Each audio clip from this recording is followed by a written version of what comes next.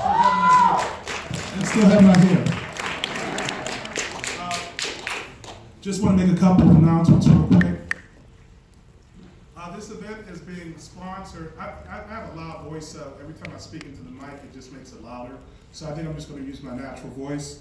This event is being sponsored by the Office of Minority Student Services, Mr. Rogers Legan. He's doing a fantastic job. We were talking earlier today, this is his 27th year. So we were like, wow, we're getting old. We're becoming the old heads now. Also, the Martin Luther Jr. King Committee, they also help sponsor this event, and also the African American Caucus. And some of those members are in the audience, and we want to thank everybody for being here tonight. Just to make sure you know where the exits are, when you came in, right, you can, if a fire started, you could get out through the exits behind you, the doors behind you. Also to your, it would be your right, there's an exit that will take you outside and so forth. And also on this side, there's an exit that will take you to the parking lot. So please be aware of the exits. If you have to do a potty break, the bathroom is downstairs in the basement. It's not really quite the basement, but it's as you're descending to the basement, and you can use those doors right there, or you can use the back where there's an elevator to get to the basement. Okay.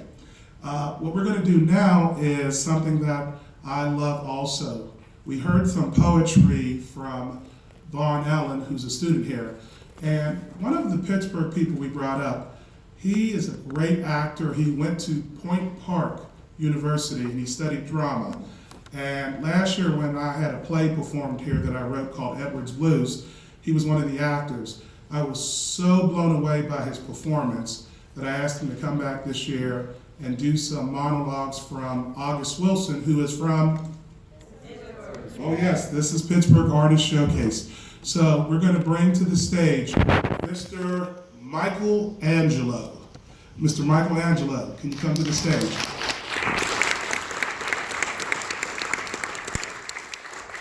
All right, hello everybody. My name is Michaelangelo Turner. Today I brought two special guests with me. One is from Louisiana. He's a professional actor, animator, and a boxer. He's my younger brother. His name is Adam Turner. I have another guest. You can come to the light, my friend. Thank you. He's a student of mine. He's a mentor of mine also, and he is a professional comedian from the city of Pittsburgh. Today we'll be performing A Moment with August with you guys. It's a segment of drama consisting of 2 monologues and 2 scenes, utilizing small pieces from August Wilson's Century Cycle that chronicles 100 years of African American experience. Without further ado, we'll have Bruce Jones as Jeremy Bynum.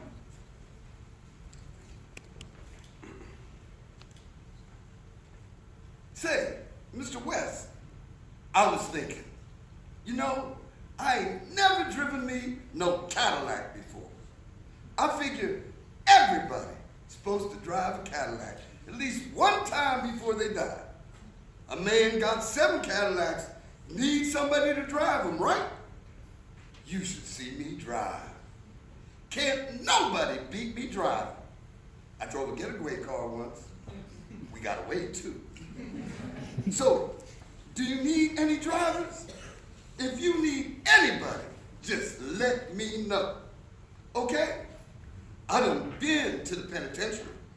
I'll tell you that right up front. I don't want to go back. I figure everybody should do something they really like to do. So I asked myself, Sterling, what you like to do? The closest thing I came up with was to drive a Cadillac.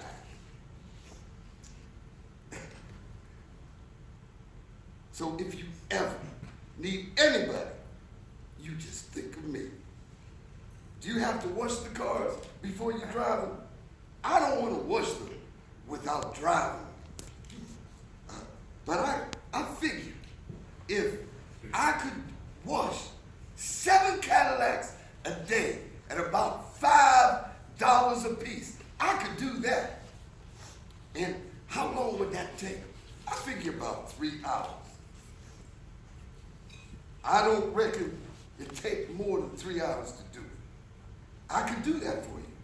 Every time I see them Cadillacs, they be clean, except for the grill. I could clean that grill better than that.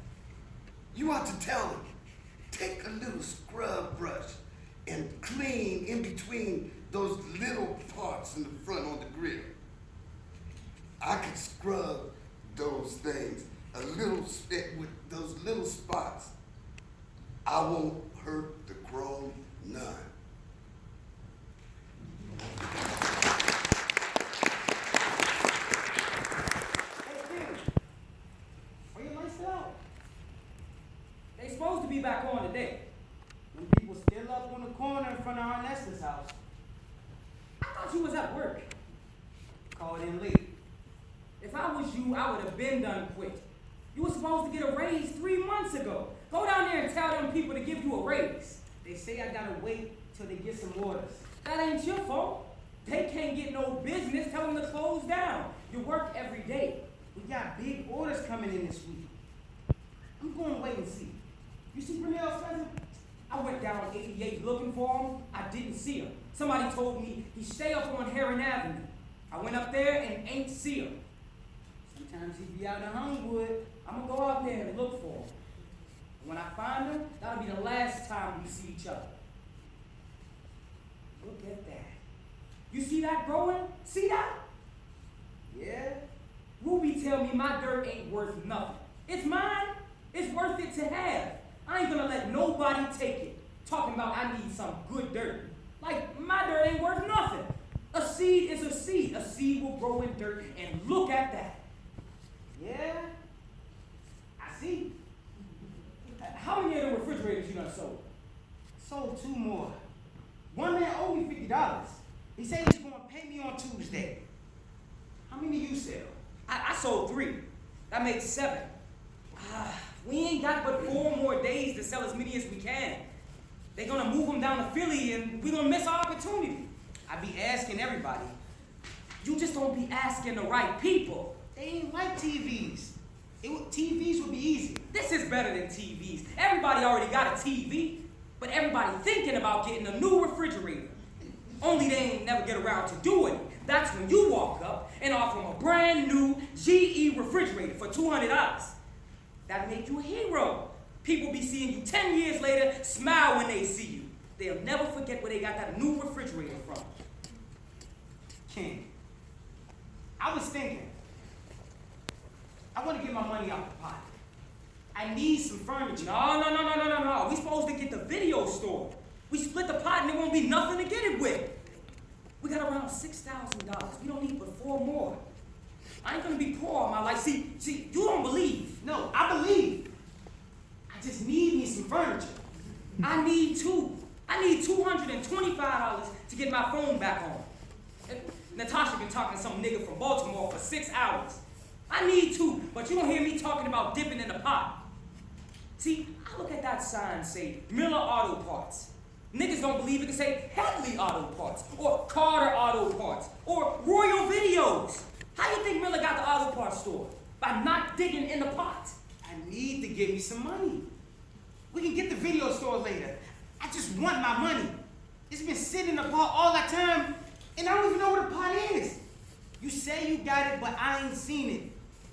I just want my money. Well, we already talked to the man about renting the place. He said, come back when we ready. We almost ready. Now you talking about splitting the pot. You want your money. That's why niggas ain't got nothing now. Because you don't believe. I just want my money. I need it. Gotta give me some furniture. I need the money from the refrigerators to get my phone back on. Look. Tanya pregnant. She want a car. I gotta buy a crib, a stroller, gotta figure out how to get Ruby one of these refrigerators. I got the light bill, the gas bill, gotta get some food, but I ain't said nothing about splitting the pot. You're supposed to act like it ain't there. I didn't know Tanya was pregnant. Just found out myself. Remember when we used to play football and everybody would be looking at me and I do the double reverse and hand it off to you? Yeah. I was a touchdown every time. I used to tell Nisi I wanted to have a baby. wanted somebody to pass the ball off to. Took me all this time, now Tanya pregnant. It's like I finally did something right. That's why you got to leave your money in the pot. I don't want them to grow up without nothing. I'm supposed to get a raise on my job, but I can't count on that. I need some place to sleep. I just want my money. We can start another pot. Okay, that jewelry store that we talked about, and I said I ain't want to do that. Down there on Fifth Avenue, bad tokens and distributors. I told you we can't take that easy. It might get us around 20, 30,000, at the least 10,000. Leave your money in the pot, get that jewelry store, have enough to get the video store, and you can still get you some furniture. Alright, when you want to do it? We gotta do it soon. I need me some furniture. I can take off work Wednesday. I mean, that's as good as any time. Wednesday's a slow day. Alright, we do it Wednesday. Where'd Deanna go? She over her mother's? Yeah, she over there. She bumped into a door and told her mother I hit her. Her mother called me up, threatening me. That's what mothers is supposed to do. She thinks she gonna call you up talking sweet to you? Mother's supposed to look out for their kids. That's why little Buddy Will's mother is out in the street with that 9mm looking for whoever killed her son. Mothers is supposed to threaten you. Just make sure she ain't hanging in front of your doorstep. Her mother might get her boyfriend to come after me. I don't know, but you know I'm always ready for whatever. You just be ready to sell some more refrigerators. I sold more than you. I said just be ready to sell some more. We get that jewelry store and I can put my life back in order. Only thing, I got to get Niecy off my mind. Every day it'd be the same. I can't carry her no more. It hurts. Thought Tanya would help. She made it worse. She showed me a lot of women. All the women she could be. I told myself, I ain't gonna measure it. I ain't gonna measure one against the other. They really about the same. Only thing, I can't get Niecy out of my head. That's my only wish. That'd be hard. Maybe if you don't try to put her off your mind, she'll go away. I mean, like I can't remember a lot of things because I don't try to forget it. If I was trying to forget them, they'll be on my mind. Either that or they got some medicine that make you forget things. The only thing with that is sometimes you forget your name. I'll try anything. I don't think it'll work. I went to visit her grave yesterday. I feel like there's something I want to tell her. I just don't know what it is. I just was thinking about the way she made me laugh. She'd say something and make it like she was joking, like it was good to be alive. She was just discovering it. Ain't too many people make me laugh. That's just the way she was. She turned over state's evidence. I didn't laugh for a long while after that. She got scared, and the police tricked her. She thought they was gonna put her in jail. I know. I don't blame her. She blamed herself. She knew I didn't blame her. At least she was special. I used to tell her I'd give her her weight in gold if she just whispered my name. Felt real bad when I heard she got killed in that car crash. He wouldn't even let me go see her. He wouldn't even let me to the funeral. Talking about she wasn't family. I know. I put a rose in her casket for you. Hey, we got the lights back.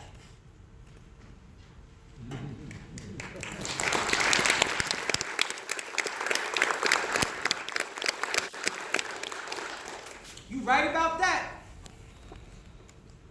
I know. You can walk down there. Just walk on down the street and ask people. Every nigga you see that been in jail once and another. The white man don't feel right unless he got a record on these niggas. Walk on down there. I'll give you $1 for every nigga you find that ain't been to jail. That right, sir? I've been to jail. Stayed down there for 3 months. Tried to make bond. Couldn't do it. They kept me down there in the county jail for 3 months. I ain't done nothing but walk down the street. I was walking down Center Avenue. Police chasing somebody. They wasn't looking where they was going. I wasn't looking where I was going either. Ran into me so hard, knocked us both down. I started to get up. It was 2, maybe 3 policemen with their guns pointed at my head. Told me not to move. They arrested me for obstruction of justice. Kept me down there for 3 months before the judge had a chance to take me out. I learned a lot from that, though. I learned to watch where I was going at all times, because you always under attack. Go on home, Fielder. And you better be sober when you come on in here tomorrow. I will see you tomorrow. How you doing, Pop? Fine. Fine. How you doing? You look good. I feel pretty good. Lucille told me you'd be down here.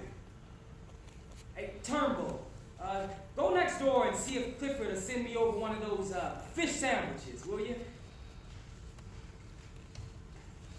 So you doing all right, huh? I don't know. I've been looking around. I don't know what to think. People going everywhere, all up and down, dogs, cats, airplanes. It's gonna take me a while to get used to things. So, what you gonna do with the rest of your life?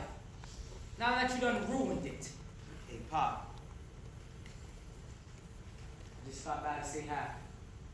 See how you doing? Can't get no job, who's gonna hire you? You got a mark on you a foot wide, they can see you coming. Just took your life and threw it away like it wasn't worth nothing. I don't want all this. I don't want to hear about my life being ruined. I just stopped by to say hi. I don't want this. I done paid my debt. You don't even know where your debt begins. I know where it ended. It ended after them 20 years. I don't owe nobody nothing. They tried to give me the parole 5 years ago. I turned that down. I don't want to owe nobody nothing. I didn't want nobody looking after me, telling me what to do, asking me questions about my life. I walked in here to say hi. And you start telling me how my life's ruined, how I'm going to get a job. I don't want to hear that. Pop, I'm a grown man. I'm 39 years old. I'm young. I'm healthy. I ain't got no complaints. And I don't carry no grudges. Whatever happened between us 20 years ago, I put aside. And I don't hold no grudges. Who the hell care what you hold? I'm the one gotta walk around with people pointing at me, talking about me behind my back. There goes father. That's him. People trying to sneak a peek at me out the corner of their eye, see if they can see something wrong with me, see if they can see what kind of man will raise a boy to do something like that. You marked me. And you walk up in here talking about you don't hold no grudge. I'm just saying, I don't have no hard feelings that you didn't come see me, Pop. I've been thinking about my life and all the things you did for me, all the things you gave me, all the things you taught me. Everything I give you, you throw away. You ain't got nothing now. You got less than the day you was born. Then you had some dignity, some innocence. You ain't got nothing now. You took it and you threw it all away. You're 39 years old and you ain't got nothing. Nah, Pop, you wrong. I may have lost some things. I may have missed some things. But that don't mean I ain't got nothing. You ain't got nothing, boy. Well, since we talking about what we got, what you got? You're the owner of a jitney station. I am the boss of a jitney station. I'm a deacon down at the church. I got me a little house. It ain't much, but it's mine. I worked 27 years at the mill. Got me a pension. I got a wife. I got respect. I can walk anywhere and hold my head up high. What I ain't got is a son that dig me on. That's what I ain't got. A son that can come up behind me, living a good, honest, decent life. I got a son who people point to and say, that's Becca's boy. The one who killed that guy. That's Becca's boy. The one who they gave the electric chair. That's Becca's boy. I did what I had to do. And I paid for it. What you had to do. What you had to do. What law is it there say you got to kill somebody if they tell a lie on you? Where does it say that? If somebody tell a lie on you, you got to kill him? Who taught you that? It was a lie. The gal told a lie If it was the truth, then go ahead, kill yourself, throw your life away. But it was a lie. We could have fought the lie. I had already lined up a lawyer. Together, we could have fought the lie. A lawyer wasn't going to make no difference. I wasn't going to pay attention for nothing. I wasn't going to live a lie. I taught you two wrongs don't make it right. Sometimes they do. Sometimes you got to add it up that way. Otherwise, it's just one wrong after another, and you'll never get to what's right. I wasn't going to hang no sign around my neck saying rapist. You gonna hang one that say murderer? That's better? That's honest. That gal lying didn't make you wrong in the world. A lie don't make you wrong in the world. Don't make you right either. Right is right, and right don't wrong nobody. You taught me I that. taught you to respect life. I taught you all life is precious. Yeah, Pop. You taught me a lot of things. And a lot of things I had to learn on my own. Like that time Mr. Rand came to the house to collect the rent when we were 2 months behind. I don't remember what year it was, I just know it was winter. Grandma Ada had just died and you got behind on rent because you couldn't help pay for a funeral.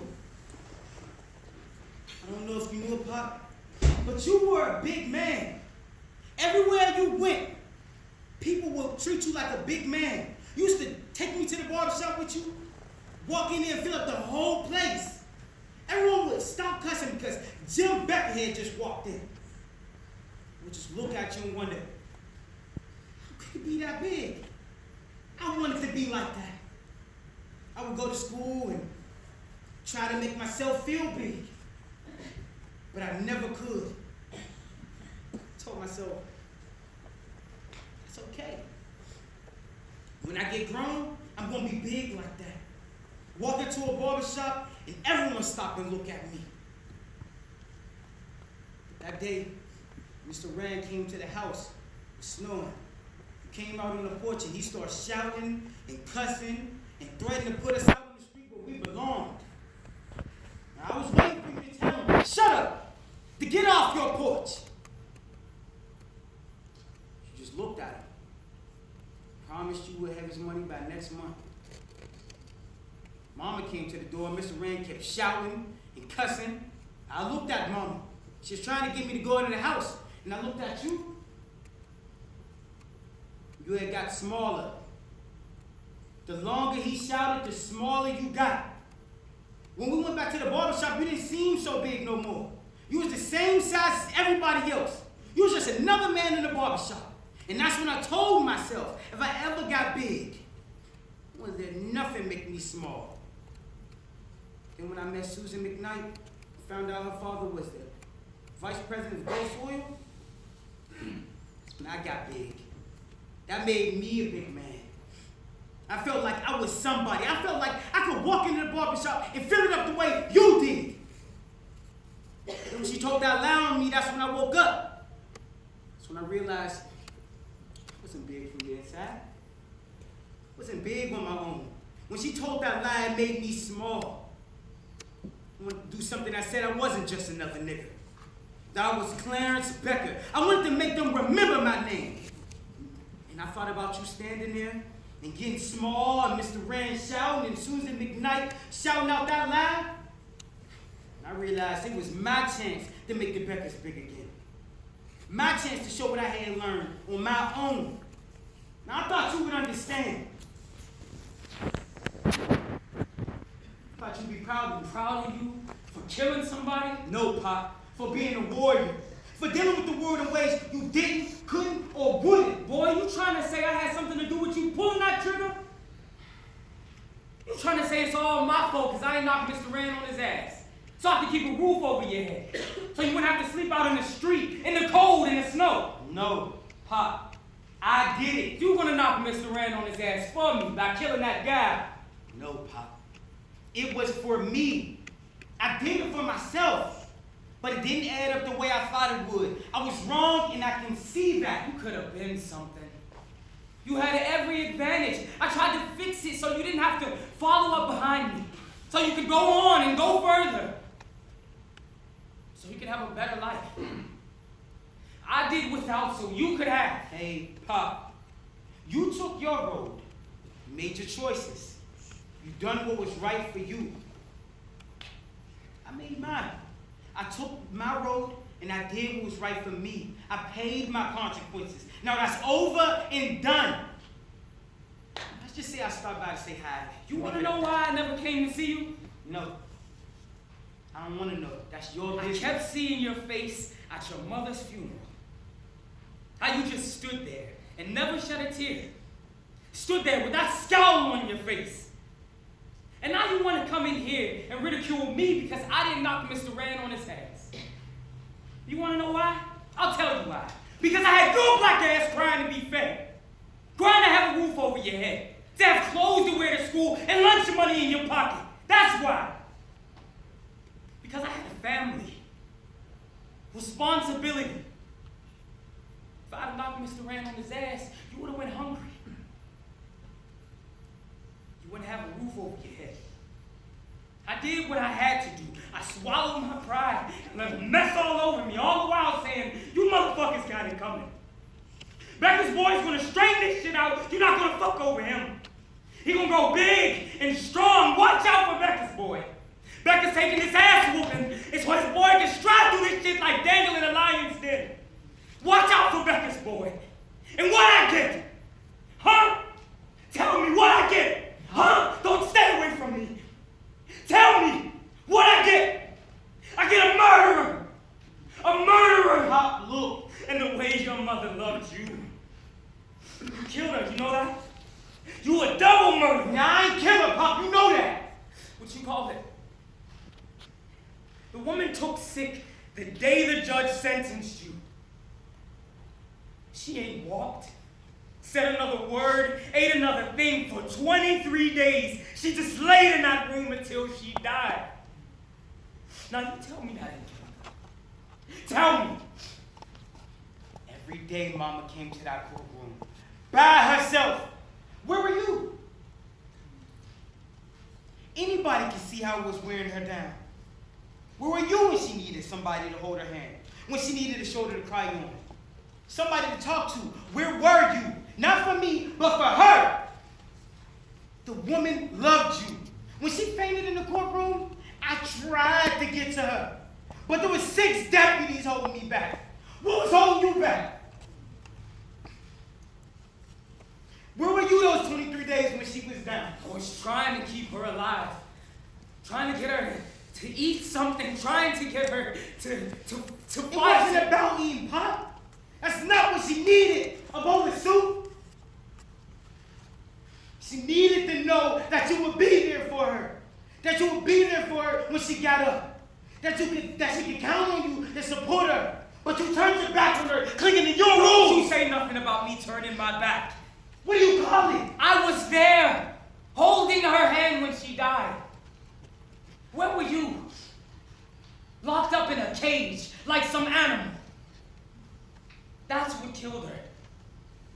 To hear a judge say that the life that she brought into this world is unfit to live. Thank you, guys.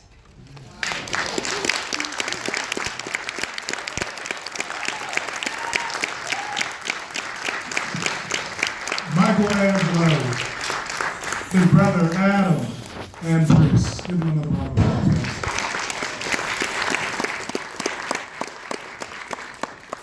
They were doing different scenes from August Wilson's plays. Jitney, they did Jitney, and they also did King Hedley, yes. In fact, this April 27th through the 29th, the Pittsburgh Playwright Theater Company, which Michaelangelo acts with, and also there's a woman who's going to be performing tonight poetry. She's playing the mother, Tanya, in King Hedley. She'll be coming to the stage in the second half of the show. She'll also be in August Wilson's play, King Hedley, Pittsburgh, April 27th. The performance will be at August Wilson's house, which has been turned into a historical landmark, and they're going to do the play on the back of his porch. Pittsburgh. All right, coming to the stage now. I've known this woman 26, 27 years. She actually was one of our admission counselors here at Clarion University in the early 90s, and she worked for the late Dean John Shropshire. So it was a special privilege for me to ask her to come back and perform here. After she left Clarion University, she went on to become the dean of Cheney University. And guess who helped her get the job? John Shropshire. So I can't wait to have her come up on stage. She's a poet. She is also an incredible musician and really wonderful, beautiful woman. She's from Trinidad, so she speaks in a very, very high voice. But we love it. Her voice is it's melodic. And she performs with her duo. She's in a duo called Just Us, and they perform all over Pittsburgh. Credible people. So we welcome to the stage Ms. Gemma Stimley.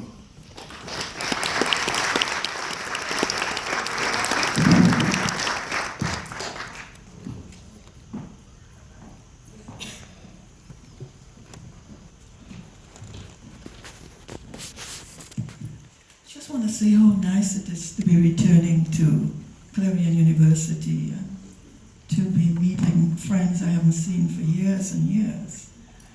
Tonight my accompanist would be Dr. James Johnson. We're going to do a couple jazz pieces. I'll do one calypso piece, and then I'll read some of my poetry.